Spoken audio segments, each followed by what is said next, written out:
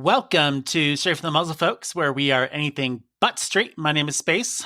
And I'm Sparrow. And we welcome you to our episode, which is about what today? Today we are going to be talking about rage furs, which honestly I feel like everybody has their rage moment every now and then. All the time.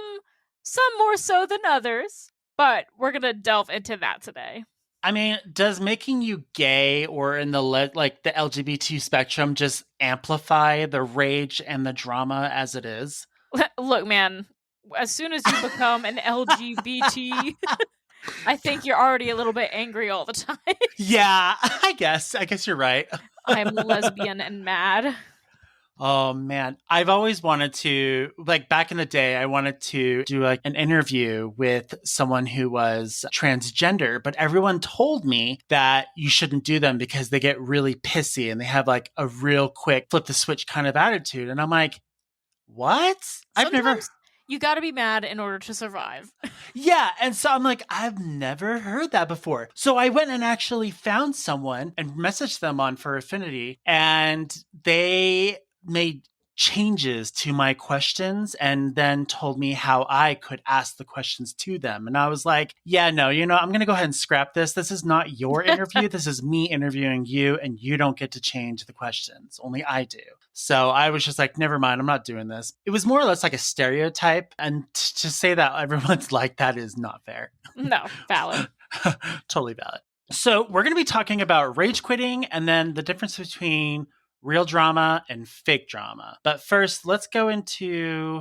Actually, no, I do want to make an announcement before we get into anything. Oh, yeah, sure. So we have a service called SpeakPipe. It's a voice messaging service. So all you guys have to do is click on the link, and it's available on every podcast information stuff. And then I'll make it more available on Telegram and Twitter. But all you got to do is click on the link. It takes you to our voicemail page. You can leave up to 5 minutes of a voicemail, and then it sends it directly to our Talk to the Muzzle Gmail email, which is really nice because some of you may not want to send emails, but may just have a few minutes or a few seconds to drop a voicemail. If you do that, we are way more inclined to put those into the show. So you can do shout outs for yourself, to your friends, ask us questions, tell us why you love us, or tell us why you love the fandom, pretty much anything. But I want to put that out there because I want you guys to use it more. It's out there. It's free for you to use. You don't have to worry about anything else. I love SpeakPipe. It's so cool. It is a cool feature. We actually used it in our last episode, which was... The Thanksgiving one?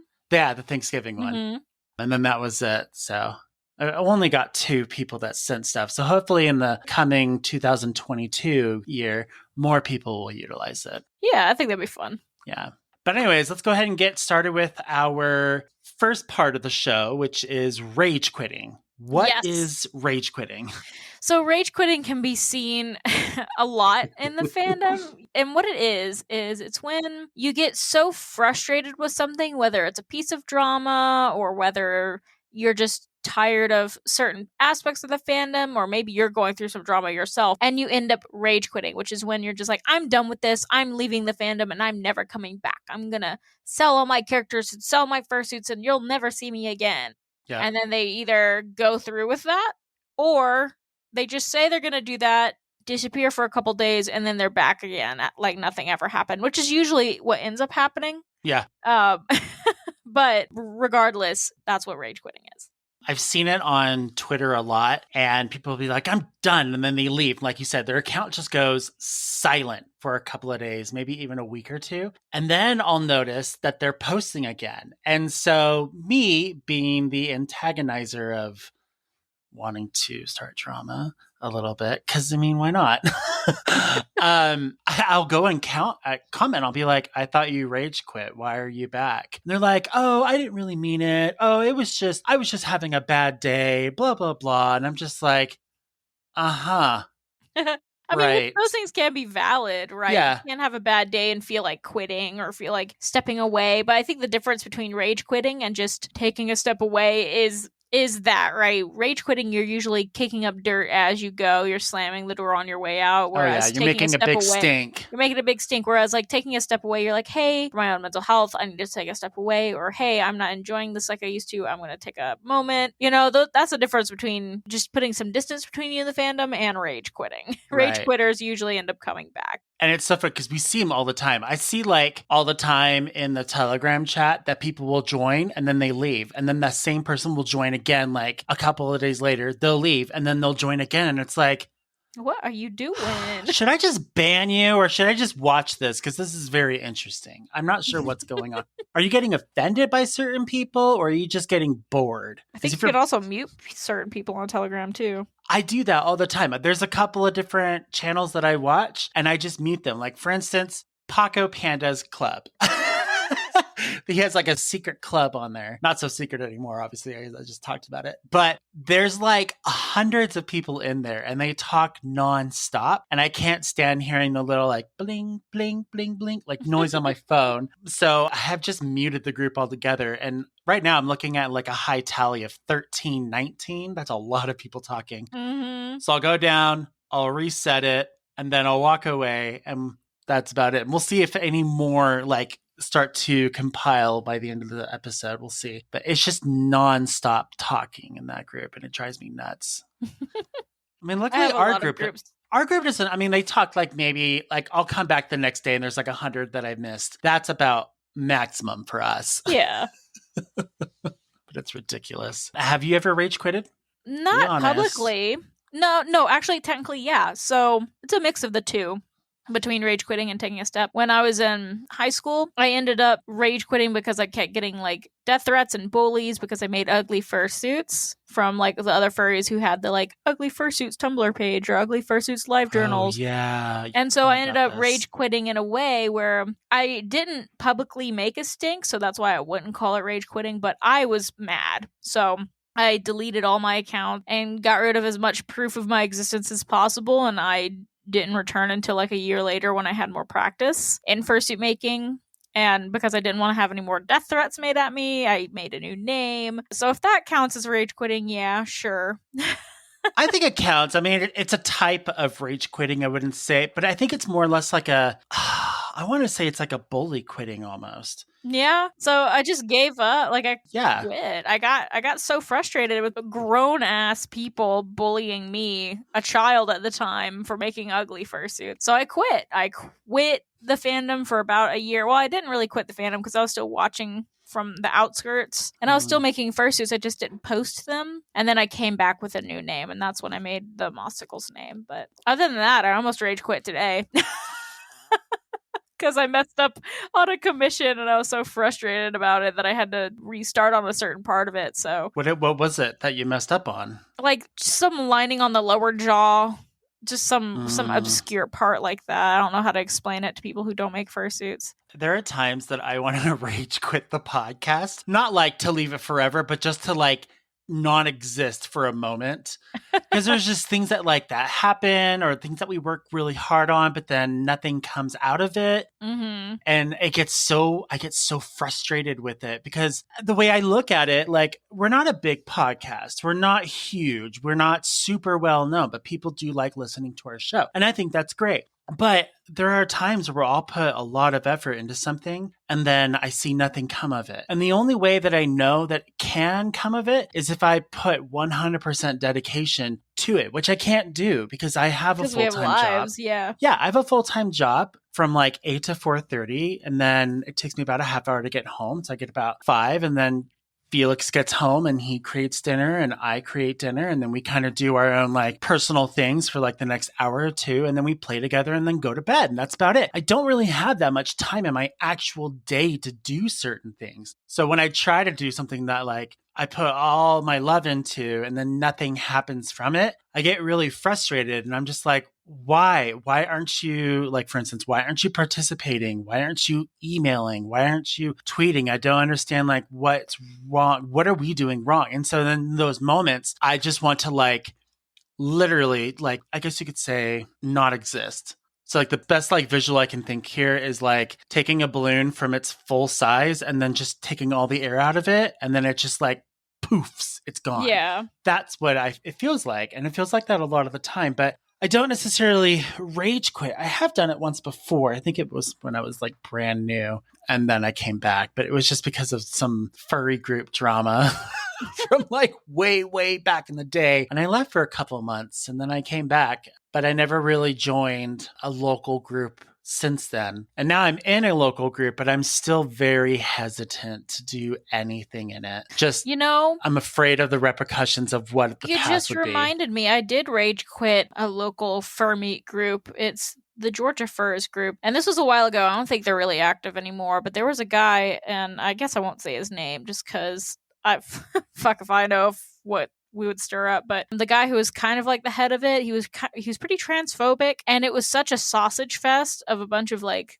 white gay dudes that anytime me, like a cis lesbian, or any of my trans friends would participate in any of these group events, we were either ignored or sneered at. Like there was a lot of negativity in that group towards anybody that just wasn't a gay cis dude. You feel me? And that's very different now. This was like 13 years ago. So, things have changed in the fandom for sure, but especially then, like, it was a bit harder being like a female fur or a trans furry or a person of color, especially since a lot of them had some like internalized racism they had to deal with, but we were very aware of it. So me and my friends rage quit that Georgia Furs group because the vibe it gave off was not very inclusive at all.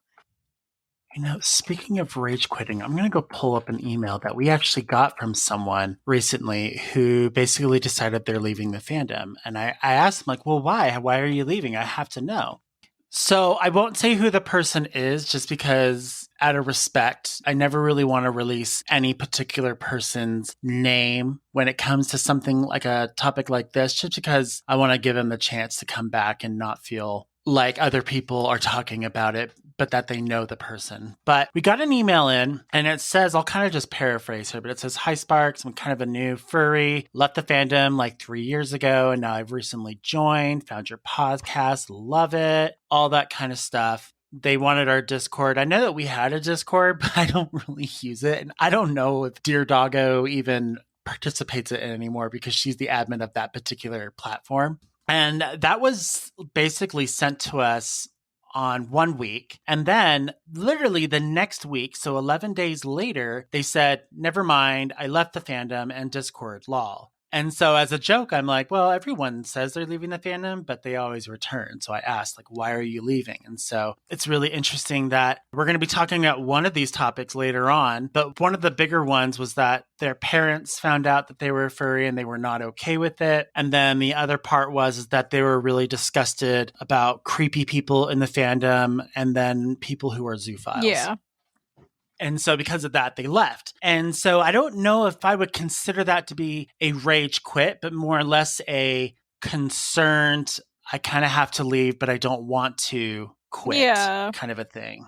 So it's really unfortunate. Whenever I see emails like this and then the explanation of why they left, it really makes me sad because there's so many other aspects of the fandom that are 100 times better than what they're listing. But then I understand that parents as well are highly involved in their kids. And I did a perspective on Spaced Out as to how parents react when they hear about certain things about the fandom or when you tell them that you're into something and there's a reason for it. So if you guys want to know that particular thought process, go listen to the last Spaced Out episode and you'll understand why I'm never too offended when people say my parents hate that I'm a furry and I had to leave and blah, blah, blah, because I understand what parents are going through. I'm not a parent, but I understand their thinking. It's not hard. So it's really fortunate. I really hope, I hope that they come back eventually, when they're a little bit older or when they can. And so forth. For sure. So thinking about that and how you just said that there are so many more aspects to the fandom than what they were listing. Oh, yeah. That kind of segues into the thoughts that we were talking about before we started recording. And it was the difference between real drama and fake drama. And honestly, fake drama, I would just call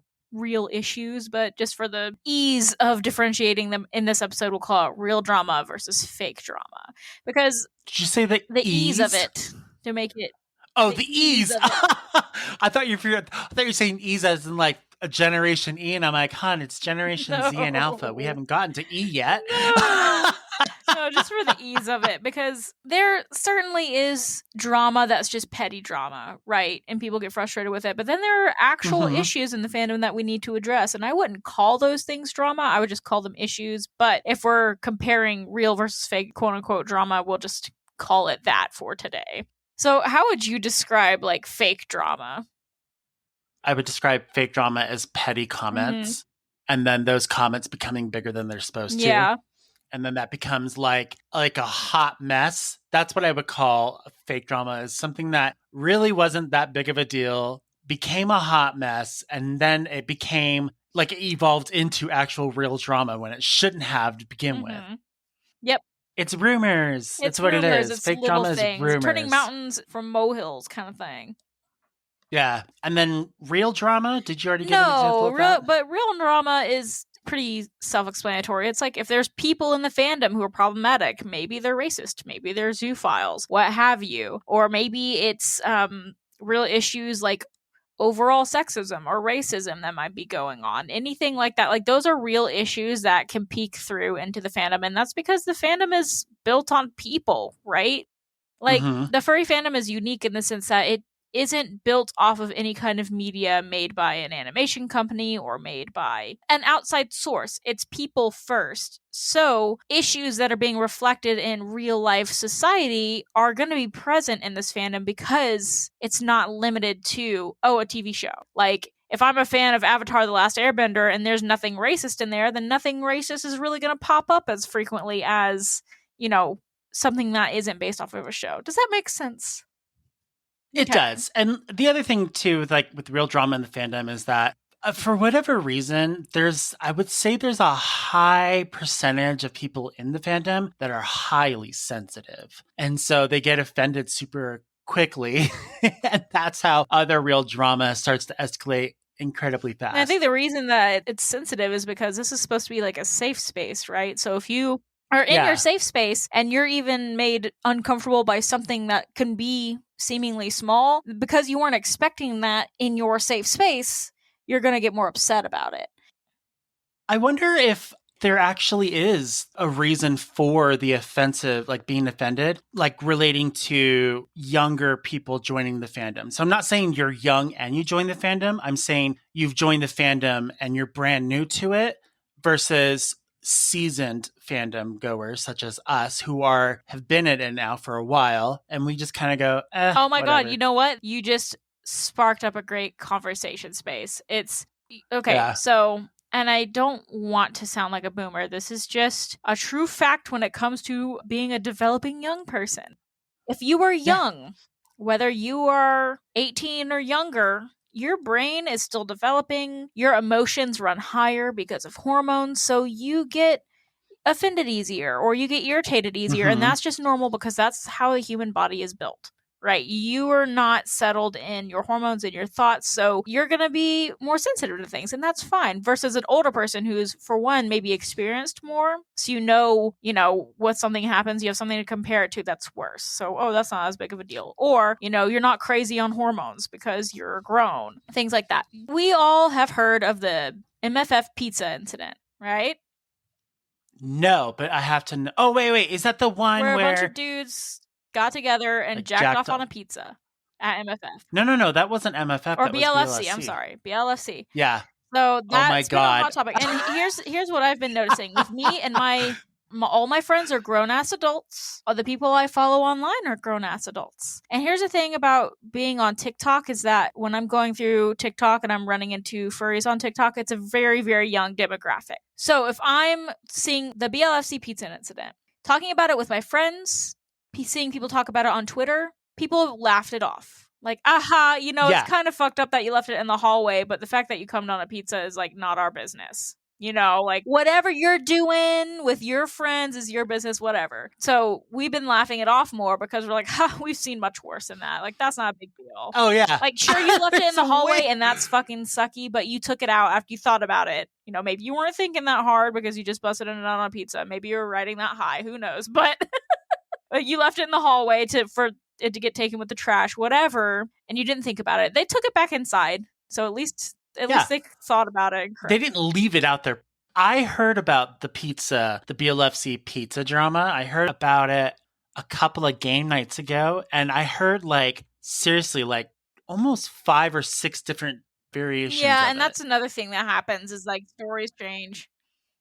Yeah, they were all talking about it, but they were all saying it's so ridiculous how many people have blown this out of Yeah. proportion. Like, again, whatever sexual thing you do in your hotel room is none of my I could care less. Right? You're not Yeah. doing anything illegal or non-consensual, so whatever. So we laughed, and my friends and I laughed it off. Some people joked about it, but then there were some younger folks on TikTok who are treating it like the biggest deal in the world. Like, this is the reason why people think Oh my furries are freaks, God. or this is why like younger furries feel uncomfortable in these spaces, and this and that. And I'm not saying that their feelings are invalid. I'm not saying that their frustration isn't valid, right? If you're frustrated, okay, I get it. But seeing the difference of younger furries being really angry about it and blowing it up versus the older furries who are just like, okay, whatever. You know, it's Yeah. the furries who are blowing it up and continuously talking about it as an issue that were making that story heard to people who were non furries. So it kind of created this, I guess, like a domino And that effect where it's like is, you did what you didn't it's want to happen. wildfire. Like by talking about it and by calling it problematic, instead of just laughing it off and ignoring it, like most of the older furries did, by making videos talking about why is this problematic? Why is this bad? And by, I even had some people I followed on TikTok that were like, if I catch anybody posting videos laughing about the BLFC pizza incident, then I'm blocking you. And I'm like, all right, block me then, I guess, because sometimes you just gotta laugh shit off and let it go. Nobody got hurt. Nobody ate the pizza that thought it was edible, like by leaving it in the hallway. They took it inside after a Yeah. minute, after they thought about how dumb that decision was. They were like, oh, let's bring it back inside. They brought it back inside. Like, there are so many other things that we could focus on right now. And the older furries saw that, whereas the younger furries were pissed off about a pizza. So it's like, I love thinking about that age difference and how drama is handled, and maybe why younger furries tend to hold on to drama more. It's because that's just natural for young people to do. Yeah. Here's the other thing, though, that I don't think they really realize is while they think, I'm doing something, I'm spreading this around because people need to know about it, you're also shutting doors in your face to opportunities to having friends as well, because no one likes drama in the fandom like this. No one wants to hear it over and over and over again. And because of people, not saying our listeners are like this, but if you know people who are like this that constantly spew crap all over the place, people don't want to be associated with people like that. So whether or not the actual incident is that bad, it has nothing to do with the incident at this point. You're also putting damage and a target on your back as well. I say if you don't really know what actually happened on it, don't talk about it. It's pretty simple. And this isn't an invite for y'all to be like, wait, No. the MFF thing was really bad. Like, No. everybody has a different opinion. Everybody's feelings are back. Like, your thoughts and feelings on it are validated. Like, if you're frustrated about it, then sure, you're frustrated about it. If you laughed it off, then okay, you laughed it off. Whatever. It's not something like, a racist act in the fandom or a terrorist attack on a convention. Like, it's nothing like that where it's one-sided only. Like, when something is bad and there's no, just an example. My thing here is if people are going to flip out about a piece of drama, something that happened at BLFC, it reminds me of one specific type of people in college.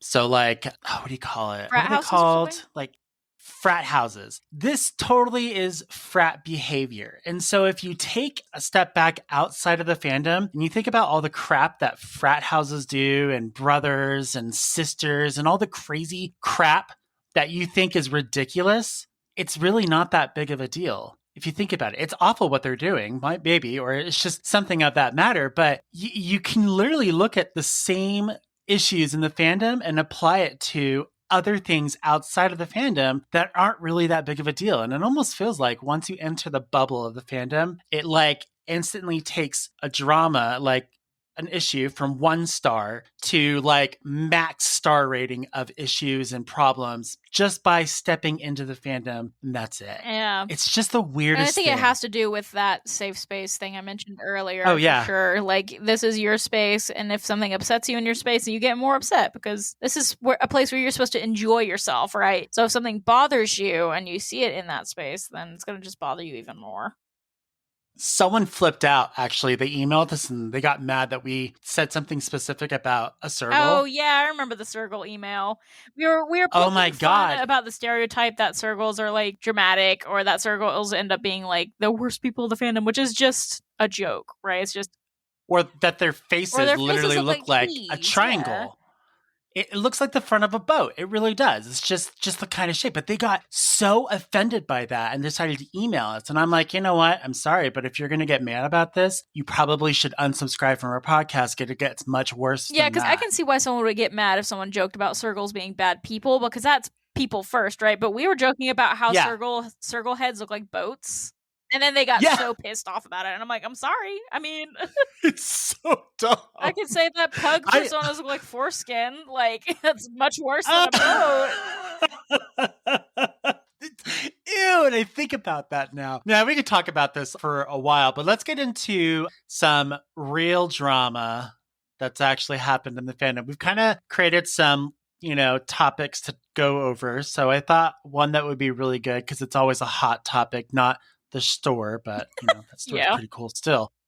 Fursuit makers. Because fursuit makers... There's been so much drama around them. Because fursuit makers, when people who aren't furries think of furries, the first thing they think of is fursuits.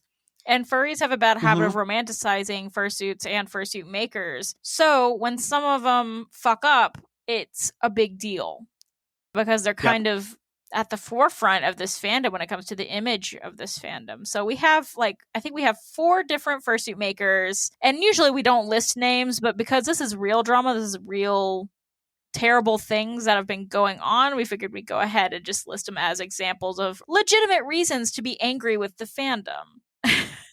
Now, also, I don't know. I'm going to go ahead and just put a disclaimer out here. I can't say that 100% of everything we're going to talk about is 100% true. There could be some things that maybe were inflated, and then that's all the information we could really find was the inflated information of it. So if you find other details about the things that we talk about and you think that they're wrong, you can email us. I just don't really care. I would say, instead of emailing us, because Space says it might not be true, the individuals that we're talking about today have highly documented proof to the claims. Oh, yeah. So you can definitely do your research there. It's all there. So if you feel like, oh, that doesn't sound right, then just look it up. All the information is publicly out there. I think the 100% will apply to the last topic that we're going to go over, just because it's hearsay. Yeah, true. The first one that I brought up was one that I wanted to talk about in our fursuit makers recommendation, but then Sparrow was all like, no, we're not going to talk about them. And then we kind of just moved over, and I'm like, okay, this is drama. We have to talk about it. Don't Hug Cacti, the fursuit maker. Yes, so Don't Hug Cacti. This is the most recent, I would say, fursuit maker drama that's been going on. And it's been going on for a couple of months now. It's to the point where their Instagram, you can only comment if you're a mutual, I think. So they have a lot of their accounts on lockdown. You can't really get into contact with them anymore because this has gotten blown up. So ridiculous. So what had happened with Don't Hug Cacti, and we're not going to go into heavy detail with all these because then this episode would be 3 hours long, right? But Don't Hug Cacti has proof that they had been grooming minors in the past. And if you don't know what grooming minors is, it means basically normalizing romantic or sexual relationships with minors as an adult. So having different friendships or relationships with people who are not of age in order to normalize certain acts against them. They also recently stole a design from Phoenix Nest fursuits and made a pre-made of it with just a few design changes, but it was obviously a copycat and is selling it. So they also did that, which is also very shitty. And they did this because Phoenix Wolf has been publicly against Don't Hug Cacti for the past month or so because they own a Don't Hug Cacti suit. So they made a couple of videos talking about like, hey, I own this fursuit, but here's why this maker's problematic. So because they spread some information, Don't Hug Cacti got mad, copied their character, and made a pre-made out of it, which is also problematic. The next one, so these two are, the reason I brought up these particular fursuit makers is because Don't Hug Cacti videos were one of the things that influenced me to really want to become a furry, like further, and got me excited. While the proof of grooming is a really bad thing, I still really like the videos.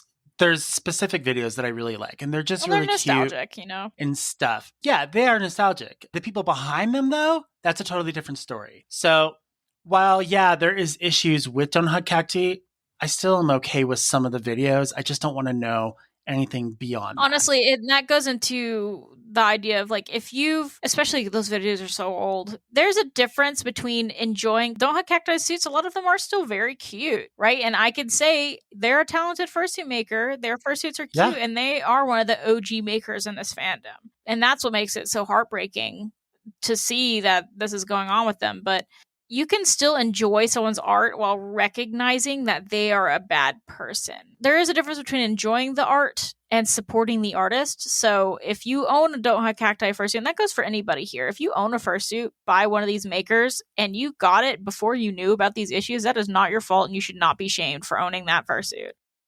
But if you support a maker after being aware of the issues, then you are supporting a bad person. So if you're watching old videos that are nostalgic to you or that you enjoy, or you see a fursuit by a certain person that's problematic at a con and you want to take a picture of it, that doesn't mean you're supporting that maker. You like their art, but you're not financially or politically or emotionally supporting that maker by enjoying. Yeah, you're not involved in it, right? So that's a little different.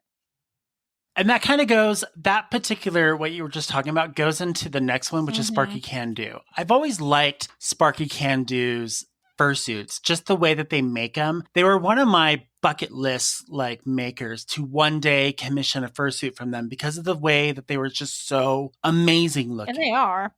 But after hearing and seeing documentation and just delving further into the background of Sparky Can Do, I no longer support nor do I like their fursuits, and there's reasons for it. Do you want to go into that? So Sparky Can Do had some proof of transphobic comments uploaded recently.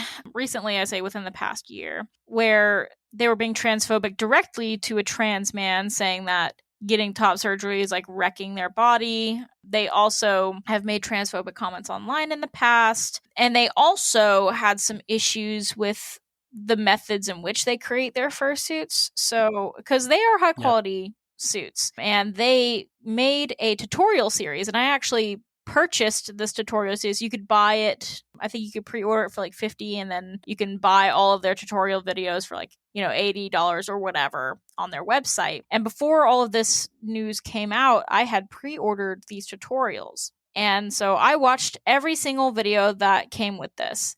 And in their tutorials, there were a couple things that were weird to me, and it didn't take long for the general public to talk about it. One was that in their tutorial, they told people that if you apply saliva to hot glue, it cools it down faster, which is true.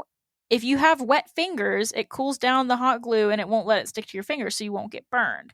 But the fact that it's COVID time and putting your own spit into something is not a great idea. People were like, that's really weird. You could just use a bowl of water, And then also there were some things revealed in their fursuit making through this tutorial that they have some creation flaws, like cutting corner type things. I think the only example I can think of is instead of sewing down a hair tuft, they directly glued it to the head of the fursuit, which is extremely lazy.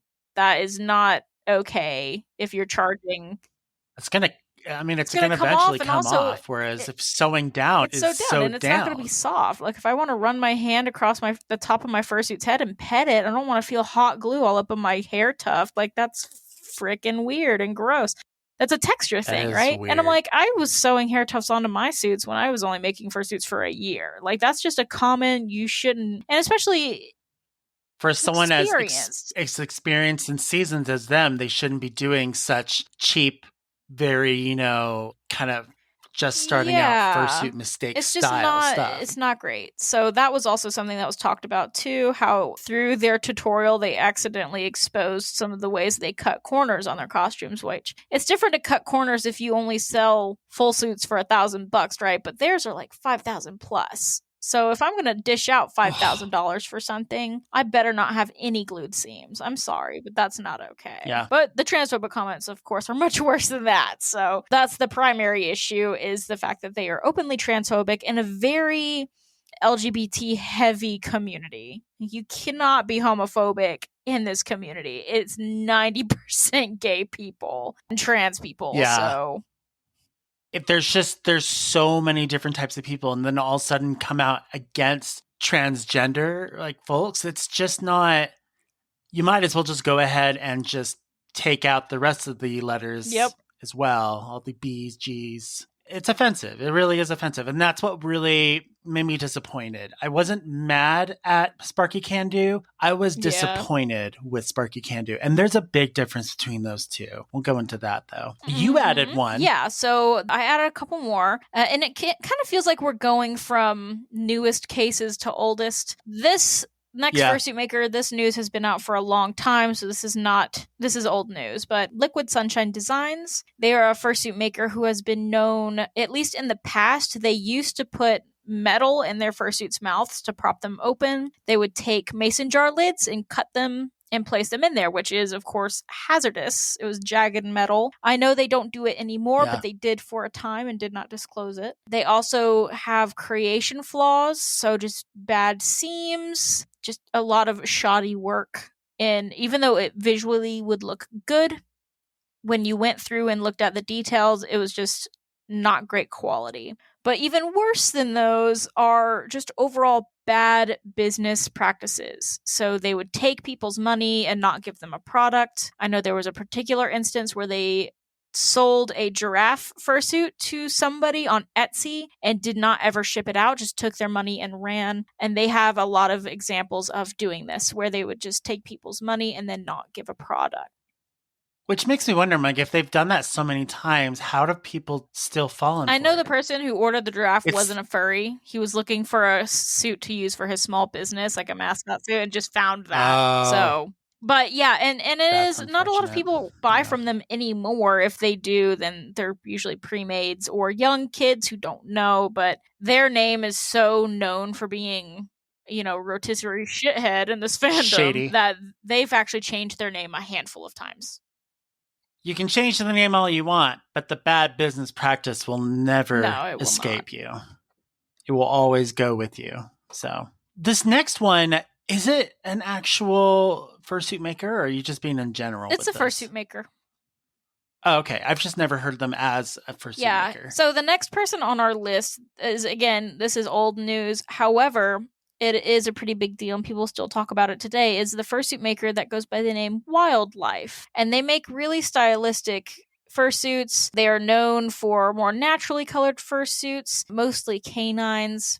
And the issue with Wildlife is that they have, and there's substantial proof of this is not hearsay at all, that they are a known zoophile. And they've actually been... The law has been after them. I know there are records of that online. They are banned from getting dogs from, I don't remember the name of the animal shelter, but shelters have banned them before because they caught wind of them adopting dogs for sexual reasons. And there's a lot of evidence, I should say. Evidence is a good word.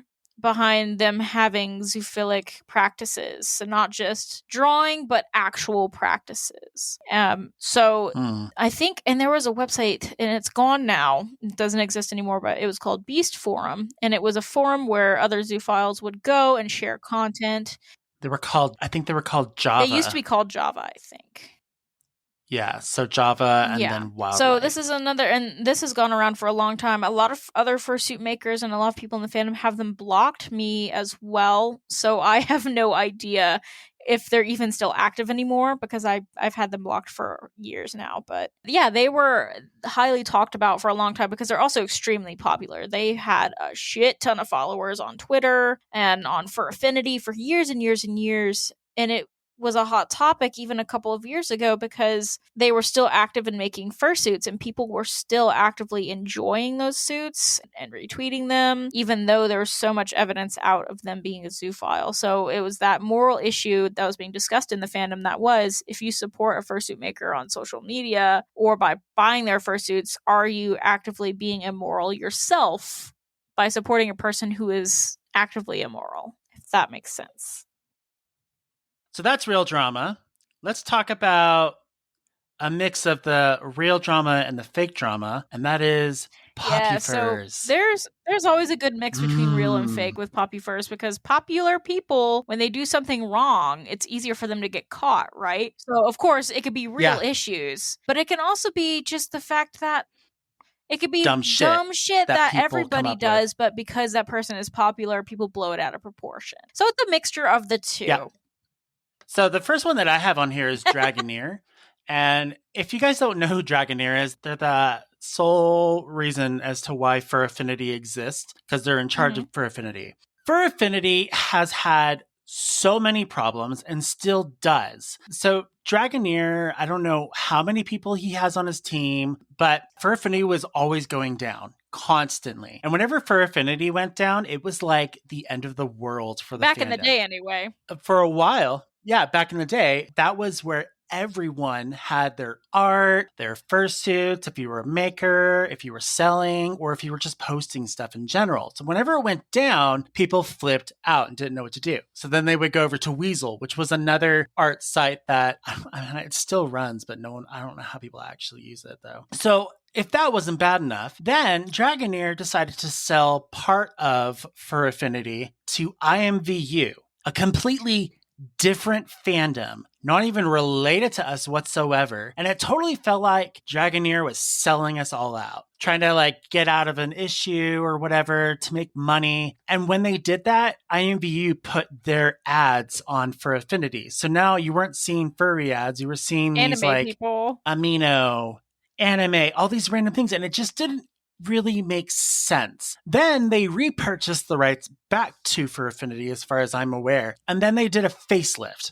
If you go to Fur Affinity now, and then you kind of look at what Fur Affinity used to look like, it's not changed. The only thing that's changed is the outside look. They made it look snazzy and cool, but the issues are still behind it. It still goes down. It still has issues. It still has coding crap, whatever. It's just not the greatest site that it used to be. There are tons of other sites now. The issue with it is that they blame other things too. They blame other people for their issues, which is what I hate the most. I go to Fur Affinity even now, and I'm like, the main facelift was that they changed the cover photo and maybe changed some of the layout, but the issue of it overall is that it's so dated. It feels like a website that was made in the 2000s still today, and that is the main issue. It's not user-friendly.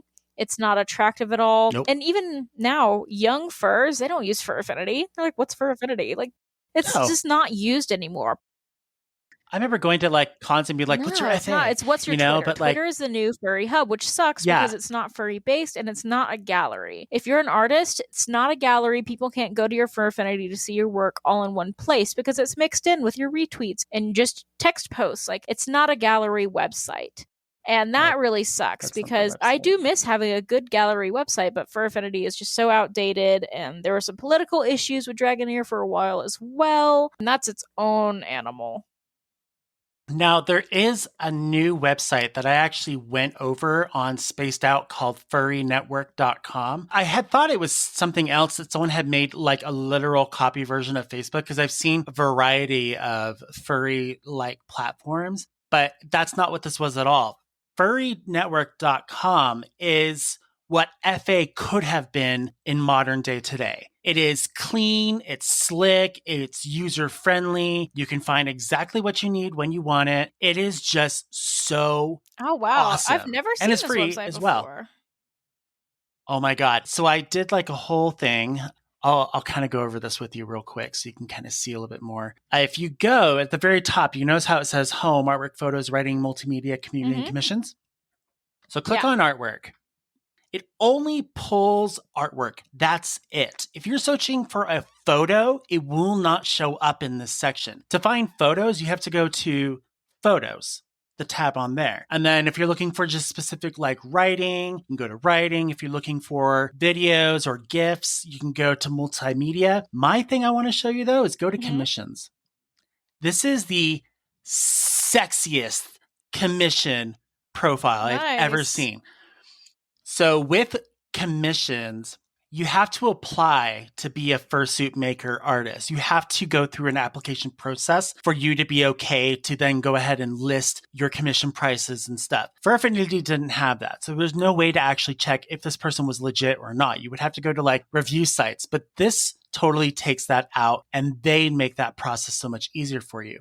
On top of that, you can choose what type of commissions you want to look at. You can click on things, you can choose specialties, you can choose a price, you can choose a star rating, and then it'll only pull up those who are currently open and with those star ratings and that price. It is the most fabulous commission searching engine I've ever seen. So if you ever want to look for art, but you don't know like what to look for, or you're on a budget and you can't spend more than $50, you can click on the $50 one, the 25 to 50, and it pulls up crap loads of artists that have really good art, but in your price range. Why have I never heard of this website before? I don't know. Someone actually sent me a link and an email back in July, and they're like, can you do a review? And I'm like, yeah, sure. And I totally forgot about it. And I looked at it again and I was like, this is awesome. Now, the only thing I don't like about the website itself is when you're creating your profile, you know how like on Fur Affinity, it gives you pre-designated boxes to say like, what's your species? What's your, your favorite things to do? Tell me about yourself. It doesn't have those. When you set up your profile, it gives you an option to click on a box and then you have to name the box. And then you have to create another box to put your description in below. And it seems like it's very coder friendly, but not user friendly. So creating your own profile sucks balls, but everything else about the website is amazing. So that's my little plug about them. I'm not being paid to say this. I just think it's just the most amazing new, like of what DeviantArt, Weasel, and Fur Affinity could be. This would be the baby. Nice. And it's amazing. I'll have to look into this. So, but on top of that, you had someone. Yeah, so Skithiryx. Skithiryx was a furry YouTuber. They're not as active as they used to be, but they posted this video and they took it down a while ago. Sounds like it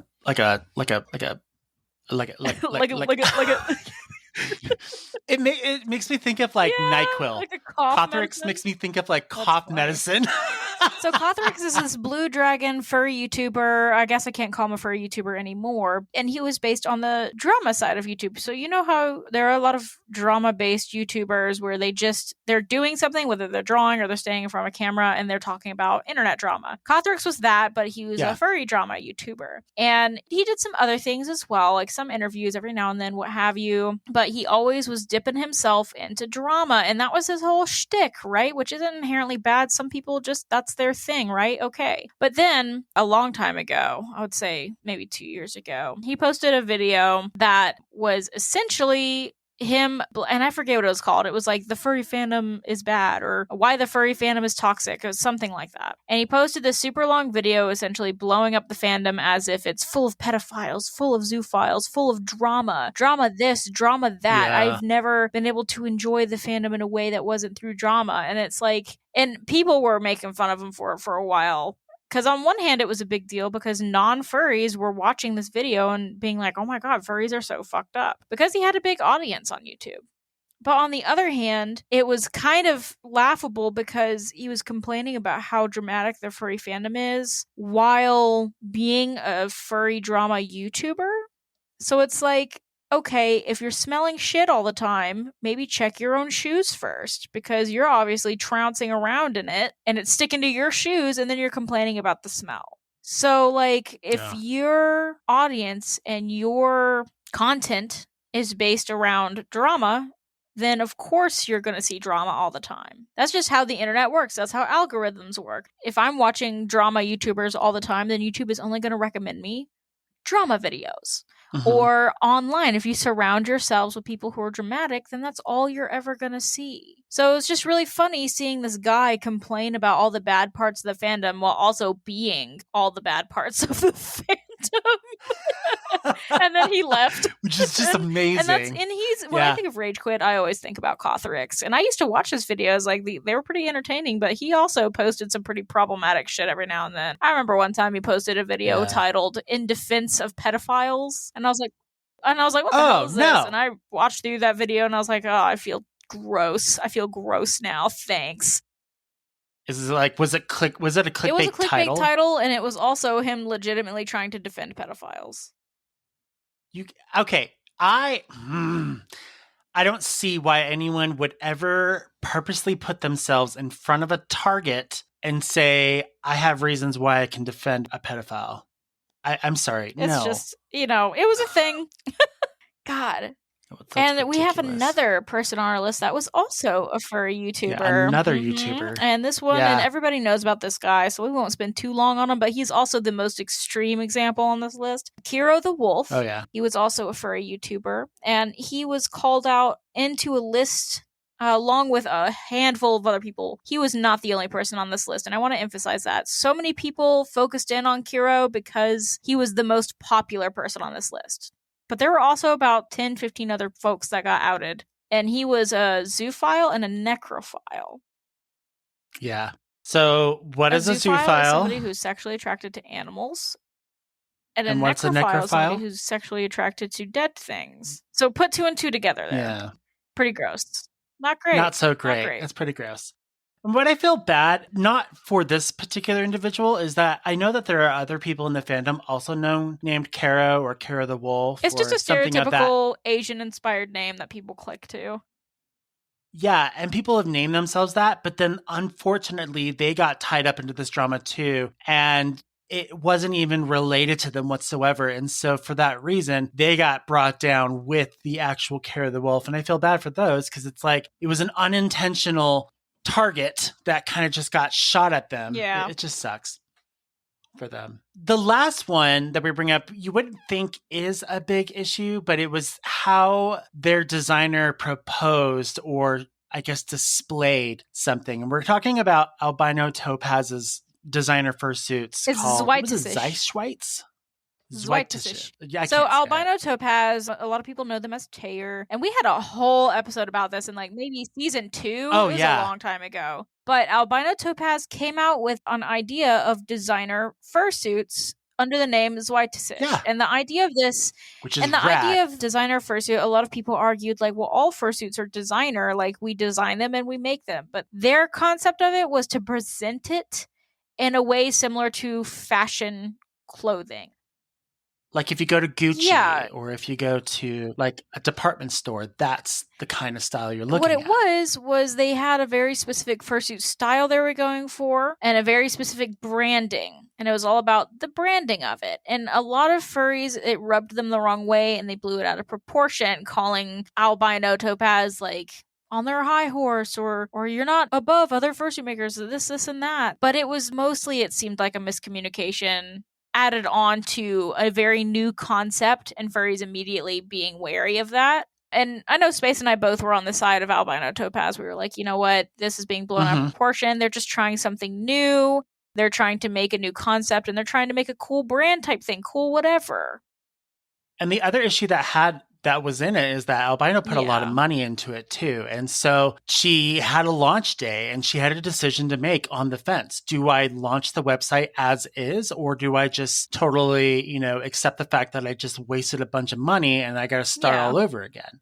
And she decided to go with the first option, which I still think is a ballsy move and great on her for going for it because that's risky. But I liked the website. And honestly, I saw maybe a couple of things that were wrong, but like, overall, I just don't see why people make such a big deal about it. And I know they didn't make the website. I think they paid somebody. Like they were working with a non-furry designer because here's the thing about there was like a communication issue. Here's the thing about Albino Topaz is they're an artist outside of the fandom. They don't primarily focus on fursuits. They have a lot of fashion art as well as like gallery art.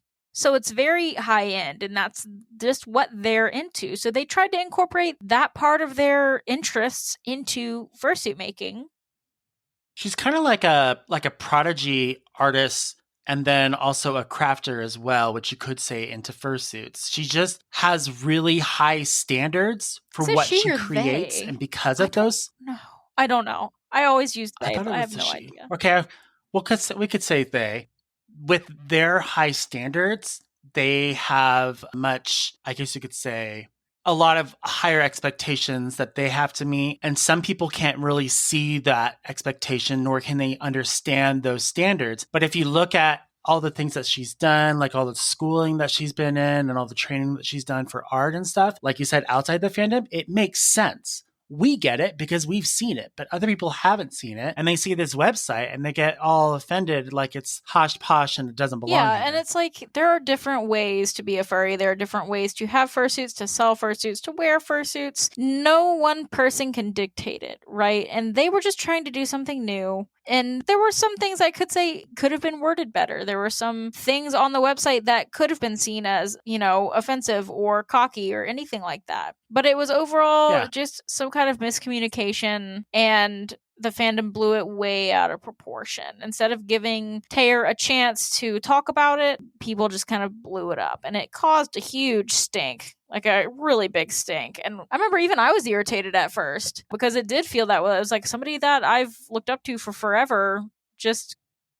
But then I had to Yeah, bring you because back you down looked to at the earth and website with explain what me was and you were like, going well, think of on. it this way. And I was like, well, you're right. I think I just jumped on the train with everybody else being mad and didn't think about it. But then when I looked at the website and I read it and went through, I was like, you know what? This is just them doing something new and cool. And everybody just had. Like they branded their fursuits. Like the people have done that, but they've actually like created a brand within like the inside. Like when you flip over the inside of your collar shirt and you see the brand of like, I don't know, Old Navy, they've done the same thing now to their fursuits, which you don't see in fursuit making. And the other thing is that they put their logo, Z and W, on the fursuit head as well. So they branded their fursuits in general, which I think is really cool. And it was really good. Like it's a great concept and it's a great presentation. I thought that was a really cool thing. So from my end, I thought it was rad, but other people got so offended. And it's not the first time a fursuit maker has put their logo on suits before. I know Eno has done that with their staple horses. They'll put the Sparrow fursuits logo on the thigh, or Don't Have Cacti. We were just talking about how problematic they are, but they would put DHC embroidered on some of their suits. So it's like you can't pick and choose what fursuit makers can or can't do. For one, because other people have done these things, and for two, there's not one single right or wrong way to make fursuits. It's art. And for three, there are other makers out there that sell 3 times as higher price wise than what they do. So I don't understand why people would get upset about the quality and price as well, because I've heard people get upset about that. And I'm like, really? That's the thing you're going to choose to talk about. I've seen fursuits go as high. The freaking, what was it? The kimonos? Those shit things. Not like they're not shit. Sorry, they're not shit. Those things go as like fucking like 10,000 up. And I'm like, I'm sorry. I'd rather buy a car or get my car painted than buy a $10,000 Can you imagine the import fursuit. tax on Damn. that? Woof. Oh, it'd be so you wouldn't be able to get it. Yeah. Because they're all stuck in the ports. If you want more about Skithiryx, it's actually season 2, episode 8 of Straight from the Muzzle. So if you want to go, we end up talking about that situation and we end up reviewing the website. That happened in 2019. So this, again, is old news. But if you're interested, it's actually one of my favorite episodes we've ever recorded. It was a really fun one. And so if you're interested to learn more about Skithiryx and to get your own opinion on it, feel free to listen to the episode or to go to the website because they still have the website up and running. Yeah, they haven't posted anything new yet. Their Instagram is showing some new things. Oh, good. To get different perspectives on what we talk about, I think the best thing to do is to listen to that episode because you're not going to get one side. You're going to get multiple. For sure. Which is really neat. Our last topic is just furries in general. These are just things that furries do or have, I guess, other types or groups of furries have done to just cause drama, either unintentional or intentional, fake or real, doesn't really matter. I thought the first thing I could definitely put on there was Dutch Angel Dragons. So Dutch Angel Dragons are a very well-known subspecies in the fandom that were made by Eno and Skypro Fursuits. And they used to be, they're not as much anymore, but they used to be really well-known for being drama, like very drama-based in when it comes to sticking their nose into other people's designs. And again, it's not like this much anymore because it's regulated. But when it was first a thing, making an angel dragon was like, you had to dodge a lot of bullets because a lot of people would come at you and comment like, oh, you can do this, you can't do this, you can't do this, and they would get mad at you for making. You can name it this, but you can't name that. Like, it was just a lot, and it was even things that Eno didn't even talk about in the past. It was just that specific sub fandom wanting to be a people pleaser for Eno, because when you idolize somebody so much, you want to help them, right? So it was their version of helping. They were just sticking their nose in places too much. And so they were known for being a really dramatic group. Not so much anymore. It's been much, much better. But it was definitely a thing for a while there. Yeah. I would say if you were to like summarize the Dutch Angel Drag drama, you could basically call them power trippers. Yeah. Yes. Is what it was. Yeah. The next one I put in there were social justice warriors.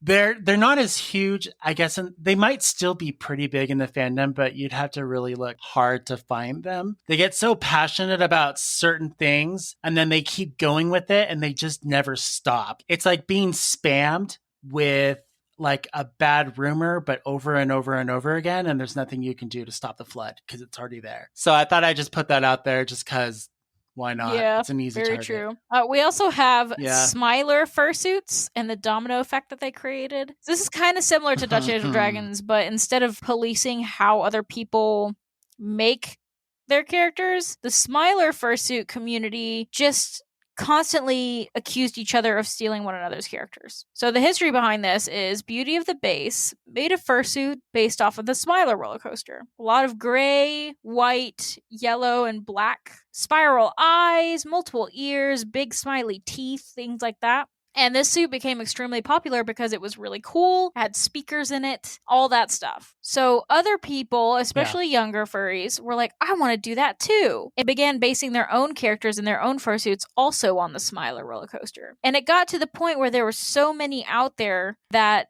they started to blame each other for, like, oh, you stole my character's design, or you stole this aspect of my design, or you're copying Beauty of the Base, and this, and that. And it just became a hell fest. It was like a bunch of children fighting over the same toy. And it was really bad, especially there was a rekindling of this on TikTok. So I saw it happen on For Affinity for a while, and then it died down, and then TikTok happened, and then it started happening there. And it's gotten to the point where seeing a fursuit or a character based off of Smiler has become such a non-unique thing to do. You'd think it would be really unique and cool because there aren't that many characters based off of amusement park rides, but they're all picking the same ride because of a popular furry. There's other rides to choose from, like, people. Okay, I know for Disneyland. A fact that there aren't 20 people in this fandom that genuinely love this one roller coaster that much. You're doing... I can guarantee that all those people have never been on that roller coaster. So it's like, there's nothing wrong with liking a roller coaster and wanting to base your character off of it, but when it gets to the point where you have 20 characters based off the same roller coaster and where they all are starting to look pretty much the same, like if I look at one fursuit that is inspired by Smiler and then look at a different one, I couldn't tell you who owns it.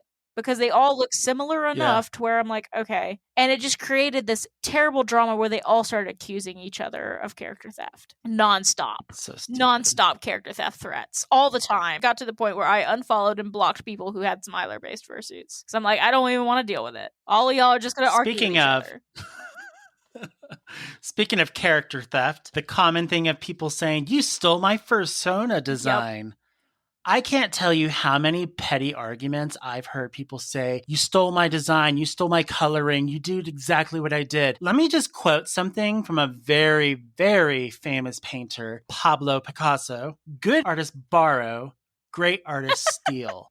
There's no such thing as an original art piece because you're always inspired by someone else. And the second thing is really in the fursuit community or the furry community in general, you can't really prove that you stole one aspect of someone's design. Like, I mean, I guess you could on the Smiler one because that one particularly was the roller coaster. But like, I've had people a get husky with bent out of like two shape. Oh colors my God. or Markings on the Mhm. nose or just stupid, simple things like this. And I see it all the time and it still happens to this It does. day. I remember It probably you can't will. copyright natural markings. You can't copyright a color. You can't copyright an aesthetic.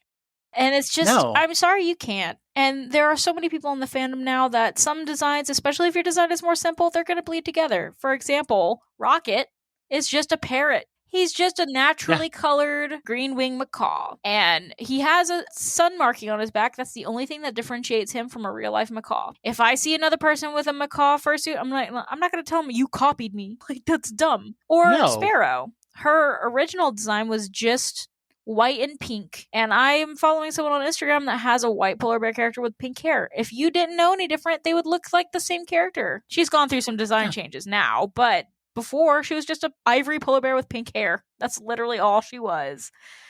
And polar bears are just ivory. That's the thing. So you really can't just like get bent out of shape after, oh, your face is too fat. It looks just like mine. No, it doesn't. Get over it. Like, you gotta, if you have a simple character, you have to be okay with other people having almost the same character design. As just, you don't see Omu Macaw and me with Rocket fighting each other on Twitter, even though they look the same. Like, bro. That would be epic to watch, though. That would be a really funny, like, TikTok. Oh, what do you call it when you work together with other people? I am Drew. I am Danny. And we're not the same person.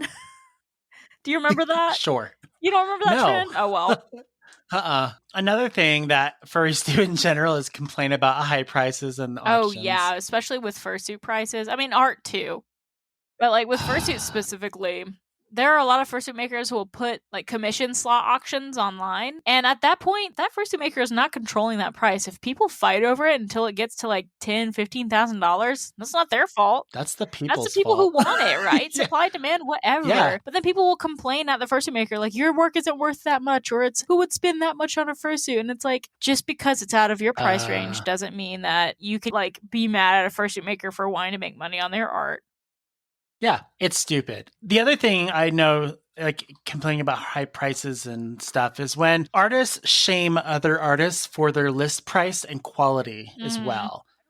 I don't care if you're like, you know, a Michelin star artist and then you see someone else that has, you know, art, but they're listing it either high or low. You don't have any sort of right to go to that person and say, what you're doing is wrong. You need to change the price. That is not your call. Stay in your corner. Even if somebody's art isn't the best and they're charging a lot for it, okay, so it's not for you. Like, it's none of your business. Get over it.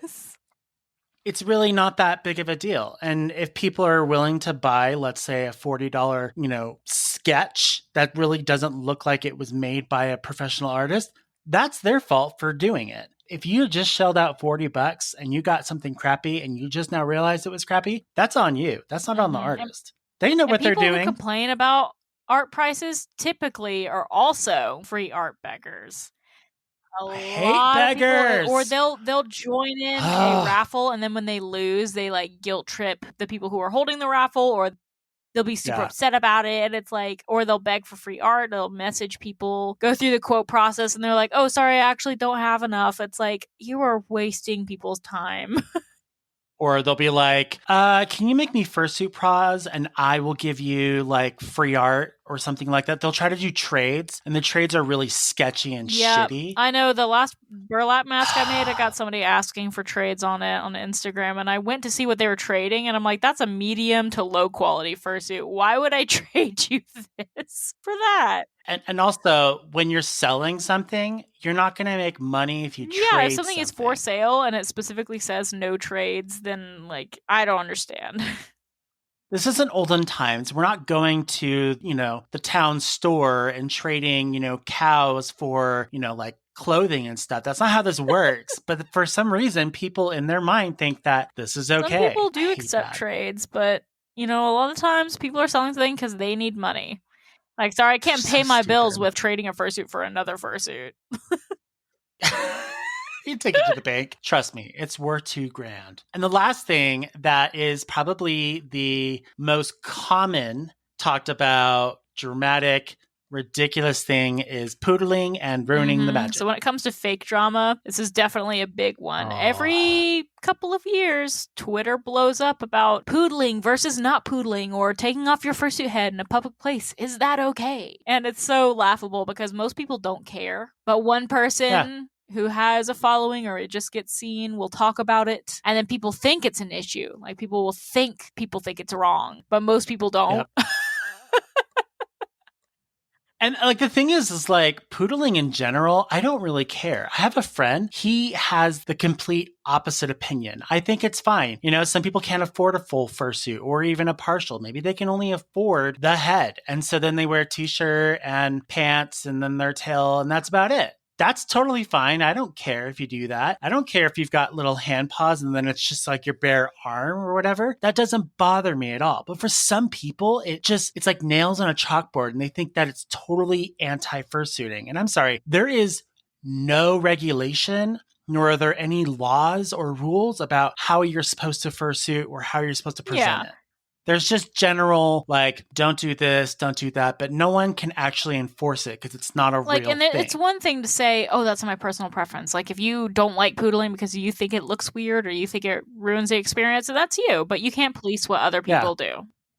Yeah. The other thing is like ruining the magic. That's another thing that, I mean, I kind of sit on the fence on that because it really depends on the situation. If it's like an emergency health issue, ruin the magic. You got to do it. But if you're ruining the magic at a con just because you want to see something better or just because you can, come on. I mean, and again, it's all personal preference, right? So yeah, exactly. So that's pretty much the end of our episode. If you guys have things that you want to share that you've seen that are just dramatic or stupid, or you thought you might as well just tell us about it because, you know, chances are we'll talk about it, you can speak pipe the message to us and let us know, or you can send us an email at talktothemuzzle@gmail.com. We also have our Twitter from the muzzle, and then we also have our Telegram group that you can also just at one of us and say, hey, I've got a great idea.